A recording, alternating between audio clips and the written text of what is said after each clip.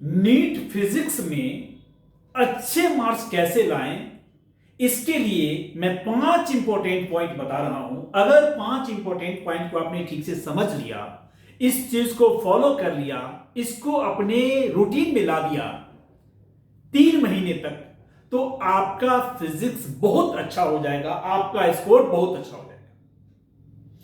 ये 5 पॉइंट को आप ध्यान से समझ लो। फिजिक्स में आपके मार्क्स 180 में चाहे 50 आ रहा हो, 40 आ रहा हो, 30 आ रहा हो, 100 आ रहा हो, ये मार्क्स जो हमारा स्ट्रेटेजी है 150 प्लस मार्क्स लाने का 180 मार्क्स की स्ट्रेटेजी है। आप इस चीज को 5 पॉइंट को समझ लेना। 5 पॉइंट को समझना। पहला पॉइंट, सबसे पहला पॉइंट जो है आपका बेसिक मैथमेटिक्स की प्रैक्टिस करें। बेसिक मैथमेटिक्स की प्रैक्टिस करना सबसे पहले जरूरी है। बेसिक मैथमेटिक्स में कुछ ट्रिगोनोमेट्री का पार्ट है, कुछ अलजेब्रा के पार्ट है, कुछ इंटीग्रेशन है, कुछ डिफरेंशिएशन है। बहुत सारे स्टूडेंट क्या करते हैं कि उसके फॉर्मूले को याद कर लेते हैं, सोचते हैं मेरा बेसिक ठीक हो गया। फॉर्मूले के साथ साथ हर फॉर्मूले पे 10-10 क्वेश्चन करने हैं मैथ। इंटीग्रेशन के आपने फॉर्मूले सीखे, डिफरेंशिएशन के सीखे, कोई अलजेब्रा के फॉर्मूले सीखे, ट्रिगोनोमेट्री के सीखे। ट्रिगोनोमेट्री के टेबल याद होना चाहिए। और नॉर्मल जो टेबल है, इवन 2, 3, 4, 5, 6, 7, 8, 9 का भी टेबल है 1 से 20 तक, ये भी टेबल आपको याद होना चाहिए। क्योंकि फिजिक्स का जो नीट का पेपर है वो टाइम का गेम है। आपका नॉलेज और स्पीड भी होना चाहिए। और स्पीड जो मैथमेटिकल कैलकुलेशन का है, वो जब तक आपको मैथमेटिक्स ठीक नहीं होगी तो स्पीड नहीं बढ़ेगी।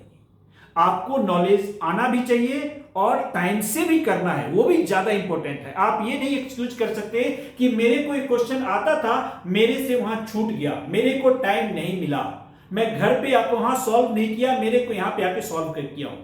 आपको वहीं पे सॉल्व करके आना है। आपको ये बोलना ही नहीं कि मेरे को आता था, मैं छोड़ के आ गया। ये दोनों चीज के लिए मैथमेटिक्स यहां पे का रोल है। तो मैथमेटिक्स, बेसिक मैथमेटिक्स अच्छा करना है। सबसे पहला पॉइंट मेरा यही है, नीट फिजिक्स में अच्छा स्कोर करने के लिए। दूसरा पॉइंट जो फिजिक्स का बेसिक चैप्टर है, जो बेसिक टॉपिक है, उसमें अच्छी पकड़ होनी चाहिए। वो बेसिक टॉपिक कौन है?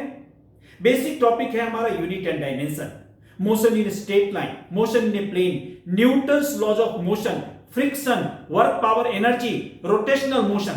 ये बेसिक चैप्टर है, ये अच्छा होना चाहिए। ये अच्छा नहीं है, फिजिक्स में सब कुछ ठीक है तो भी ठीक नहीं है। आपको फिजिक्स में कॉन्फिडेंस नहीं आएगा, आप कहीं भी फंस जाएंगे।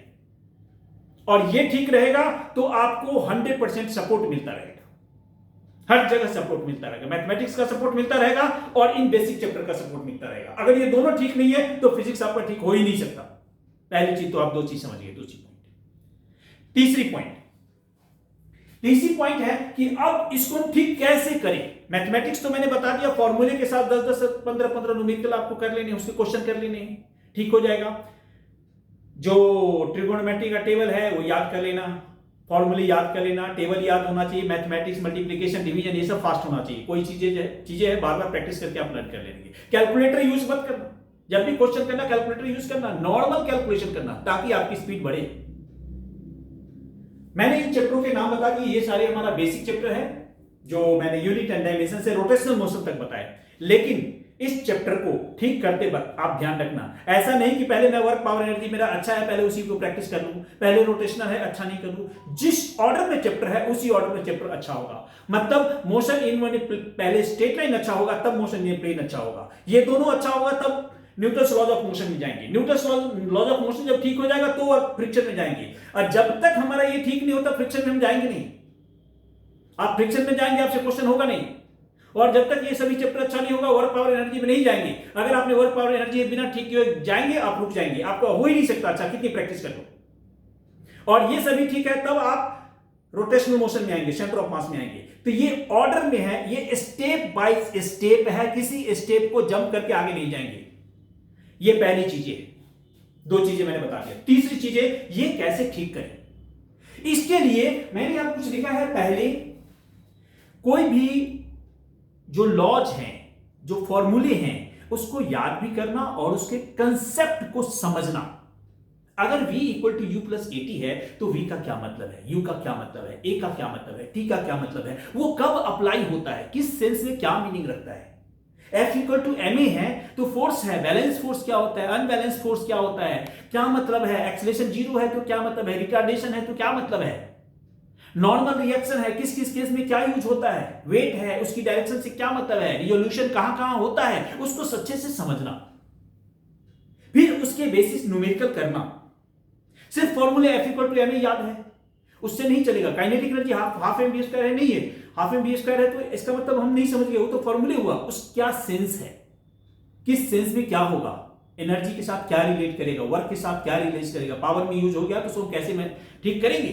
तो उसके कंसेप्ट को समझना, उसके सॉल्व एग्जांपल के थ्रू, अनसॉल्व एग्जांपल को करके प्रैक्टिस करके उसको समझना है, ये करना है। और डिफरेंट टाइप्स ऑफ न्यूमेरिकल करना। इवन शुरू में चैप्टर को अच्छा करने के लिए कुछ सब्जेक्टिव न्यूमेरिकल भी करेंगे आप, ऑब्जेक्टिव भी करेंगे, सब्जेक्टिव भी करेंगे। जब तक सब्जेक्टिव नहीं करेंगे तो कंसेप्ट डेवलप होगा ही नहीं।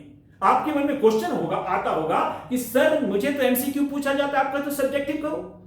एमसीक्यू पूछा जाता है, लेकिन जब तक सब्जेक्टिव नहीं क्लियर होगा तो एमसीक्यू की तरफ आपका इंक्लाइनेशन बनेगा नहीं।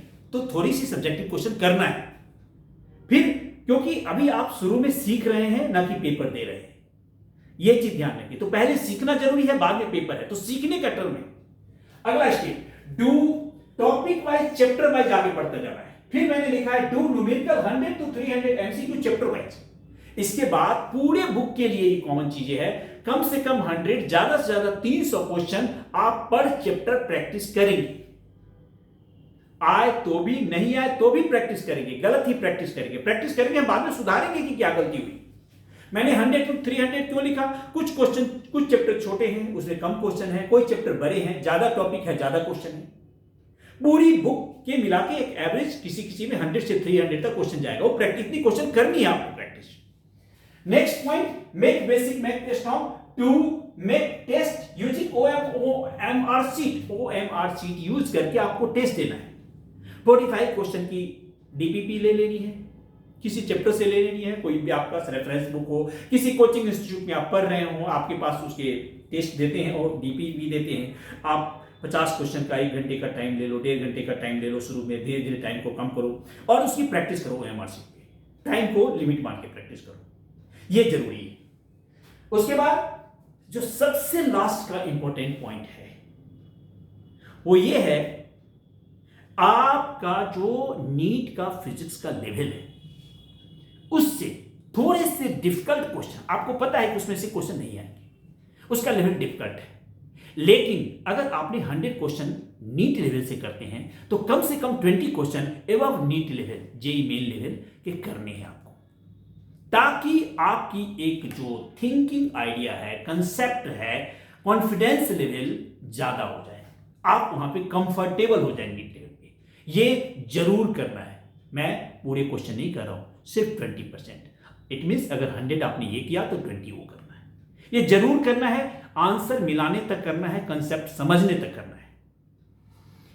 अब उसके साथ एक और इंपॉर्टेंट चीज जिसको फॉलो करना है, ये आप अगर 3 महीने तक फॉलो कर लिए तो फिजिक्स आपका इतना अच्छा हो जाएगा आप सोच नहीं सकते। अगर आपके मार्क्स 180 फिजिक्स में से अगर 50 से नीचे आ रहे हैं तब भी ये मार्क्स 120, 30 प्लस हो जाएंगे 3 महीने में। क्या करना उसके लिए, डेली का डेली 70 एमसीक्यू डेली करनी है, कम से कम 90 डेज। आपने पहला चैप्टर पढ़ा, 70 एमसीक्यू वाच करो। जो उस चैप्टर में अगर आपका 150 का टारगेट है तो अगले दिन 70 करो, फिर अगले दिन दूसरे चैप्टर का 70 करो, ऐसा 90 डेज करना है। आप करके देखो, आपकी फिजिक्स 3 महीने में 90 डेज में 140 के आसपास पहुंच जाएगी, ये श्योरिटी है। आपको इसके लिए थोड़ा सा टाइम निकालना पड़ेगा, 3 घंटे 3.5 घंटे का डेली सिर्फ फिजिक्स के लिए निकालना पड़ेगा। ऑटोमेटिक जब आप नीट की तैयारी कर रहे हैं, आप गवर्नमेंट कॉलेज के लिए टारगेट कर रहे हैं, तो आपको मार्क्स, आपको 10-12 घंटे का स्टडी तो करना ही पड़ेगा। तो फिजिक्स को 3-3.5 घंटे तो आपको देना ही पड़ेगा। और उसमें भी फिजिक्स अच्छा नहीं है। तो ये चीजें आप समझ रहे हैं। अब ये चीजें समझ रहे हैं, ये चीजें आपको करना है। और नीट की तैयारी कर रहे हैं, थोड़ा डेडिकेशन ज्यादा होना चाहिए। सोशल मीडिया बंद करना पड़ेगा, दोस्तों से गपशप बंद करना पड़ेगा। उसको तो आप कर ही रहे होंगे, फिर भी अगर कर रहे हैं तो इसको रोक देंगे। और ये सारी चीजें आप खुद से कर लेते हैं तो बहुत अच्छा है, और खुद से नहीं करते तो मैं भी ये चीजें करवाता हूं। इसके लिए 9811711105 मेरे इस नंबर पे कांटेक्ट करेंगे। मैं अपने कोचिंग में, ग्रुप क्लास में ये चीजें करवाता हूं। आप खुद से कर लो, ये ज्यादा अच्छा है।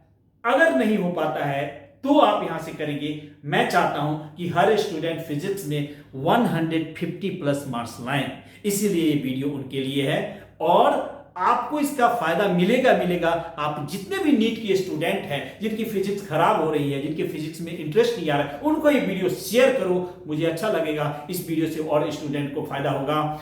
Thank you students.